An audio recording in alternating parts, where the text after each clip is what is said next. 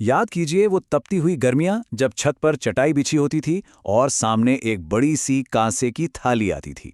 उस थाली की खुशबू, घी में डूबी बाटी और वो तीखा मसालेदार अचार। आ गया ना मुंह में पानी।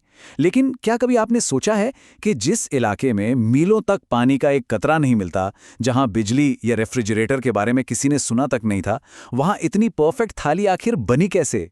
जहां फसल उगाना अपने आप में किसी चमत्कार से कम नहीं, वहां इतना बेहतरीन स्वाद कैसे आया? तो चलिए आज के इस चर्चा में सीधे गोता लगाते हैं और सिर्फ खाने को नहीं, बल्कि रेगिस्तान की उस जादुई इंजीनियरिंग को डिकोड करते हैं जिसने अपनी कमियों को ही अपनी सबसे बड़ी ताकत बना लिया। अब जरा इस कॉन्ट्रास्ट को देखिए। एक तरफ है रेगिस्तान की क्रूर सच्चाई, 48 डिग्री सेल्सियस का झुलसा देने वाला तापमान, पानी बिल्कुल नहीं और खाना बचाने के लिए कोई फ्रिज भी नहीं। कोई भी सोचेगा कि ऐसे में इंसान भूखा मर जाएगा, राइट? लेकिन नहीं, इसका परिणाम भुखमरी नहीं बल्कि एक परफेक्ट, स्वाद से भरपूर और महीनों तक बिना खराब हुए चलने वाली थाली है। ये अपने आप में बिल्कुल अविश्वसनीय है कि कैसे प्रकृति की इस मार के बीच हमारे पूर्वजों ने हार मानने के बजाय कुकिंग के ऐसे स्मार्ट और इनोवेटिव तरीके खोज निकाले जो आज के वैज्ञानिकों को भी हैरान कर देते हैं। तो हमारी इस खास पिकल सीरीज के पहले एपिसोड में आपका स्वागत है। इस पूरी सीरीज में हम ये एक्सप्लोर करने वाले हैं कि कैसे खाने को लंबे समय तक प्रिजर्व करके रखना कोई शौक नहीं, बल्कि जीवित रहने का यानी सर्वाइवल का एक बेहद क्रिटिकल विज्ञान रहा है। अचार सिर्फ एक साइड डिश नहीं है दोस्तों, ये प्योर सर्वाइवल साइंस है। और इस कमाल की जर्नी को शुरू करने के लिए राजस्थान से बेहतर जगह और क्या हो सकती है? तो आइए सबसे पहले बात करते हैं इस थाली के सुपर हीरो की। भाग 1, दाल बाटी और इसके पीछे का सर्वाइवल विज्ञान। बाटी देखने में भले ही सिंपल लगे, लेकिन इसके पीछे की इंजीनियरिंग बिल्कुल जीनियस लेवल की है। इसका गोल आकार सिर्फ डिजाइन के लिए नहीं है, यह गर्म रेत में चारों तरफ से एक समान हीट डिस्ट्रीब्यूशन पक्का करता है।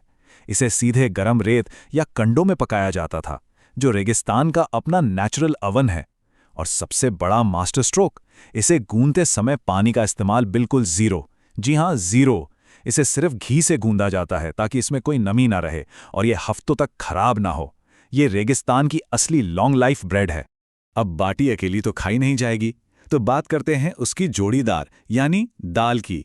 राजस्थान की दाल में जो तीखे और स्ट्रॉन्ग मसाले पड़ते हैं, जैसे जीरा, हींग, सौंफ और अजवाइन, वो सिर्फ चटखारे लेने के लिए नहीं डाले जाते।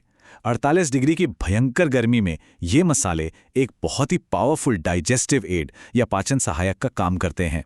ये अत्यधिक गर्मी में भी शरीर के मेटाबॉलिज्म को पूरी तरह से कंट्रोल और बैलेंस में रखते हैं। दाल और बाटी के बाद अब आते हैं उस मास्टरपीस पर जो थाली की जान है। भाग 2, अचार और हर्डल टेक्नोलॉजी। यहाँ फूड साइंस का एक बहुत ही मॉडर्न कॉन्सेप्ट काम करता है जिसे हर्डल टेक्नोलॉजी कहते हैं। हर्डल मतलब रुकावट। इसका सीधा सा लॉजिक ये है कि खाने के अंदर हानिकारक बैक्टीरिया के लिए इतनी रुकावटें खड़ी कर दो कि उनका जिंदा रहना बिल्कुल नामुमकिन हो जाए। इसके लिए बहुत तेज गर्मी, हाई सॉल्ट, एसिडिटी और तेल की ऐसी अदृश्य दीवारें बनाई जाती हैं जिन्हें बैक्टीरिया कभी पार न कर सके।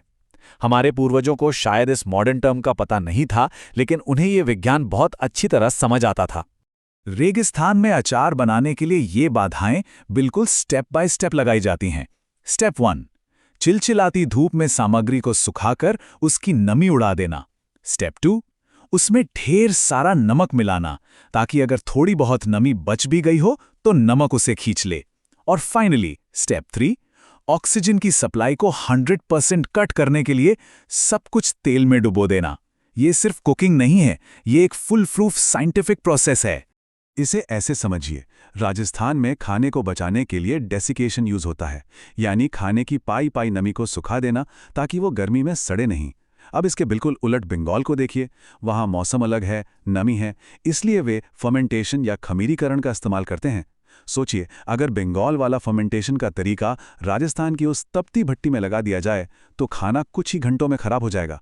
यानी जैसी जलवायु वैसी ही हमारी तकनीक। तो चलिए अब माइक्रोस्कोप के नजरिए से देखते हैं। भाग 3, असली विज्ञान, वाटर एक्टिविटी।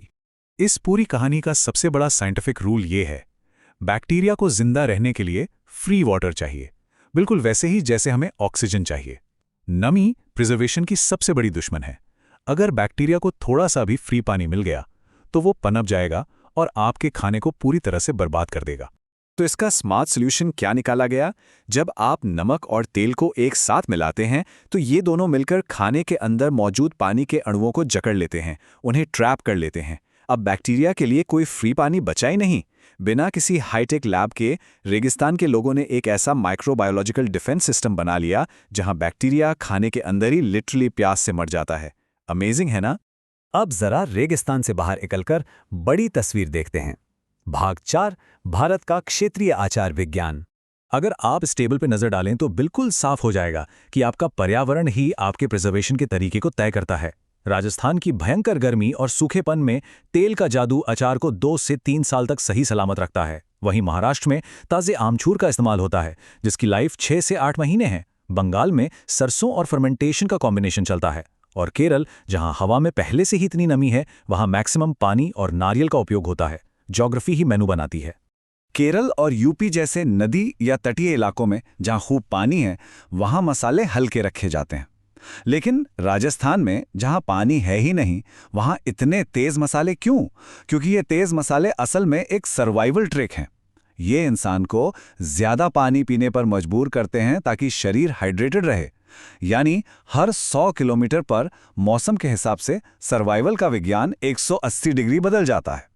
इन सब बातों को जानने के बाद जो चीज़ सबसे ज़्यादा इंप्रेस करती है वो है राजस्थानी कुकिंग की ये basic philosophy. Survival first, taste second. असली मकसद सिर्फ किसी तरह पेट भरना और उस भयंकर मौसम में जिंदा बचना था।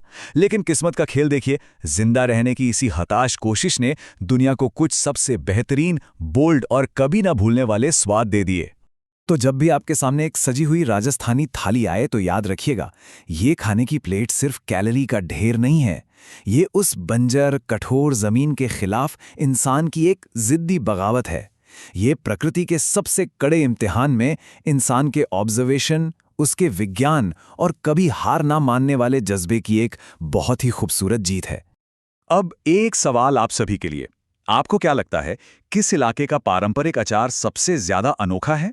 और उसके प्रिजर्वेशन के तरीके में ऐसा क्या खास है जो उसे बाकियों से अलग बनाता है? अपने विचार और अपने घरों की सीक्रेट रेसिपी नीचे कमेंट्स में जरूर शेयर करें। यह जानने में सच में बहुत मजा आएगा। इस विश्लेषण में फिलहाल इतना ही, लेकिन हमारी ये साइंस ट्रिप यहीं खत्म नहीं होती। पिकल सीरीज के अगले एपिसोड में हम रेगिस्तान की आग से निकलकर सीधे कश्मीर की जमती हुई वादियों में पहुंचेंगे। वहां पानी की कमी नहीं है, बल्कि वहां का विलन है जमा देने वाली भयंकर ठंड। तो द बिग फ्रीज से लड़ने का सर्वाइवल साइंस क्या है, ये जानेंगे अगली बार। तब तक के लिए इस सवाल पूछते रहिए और सीखते रहिए।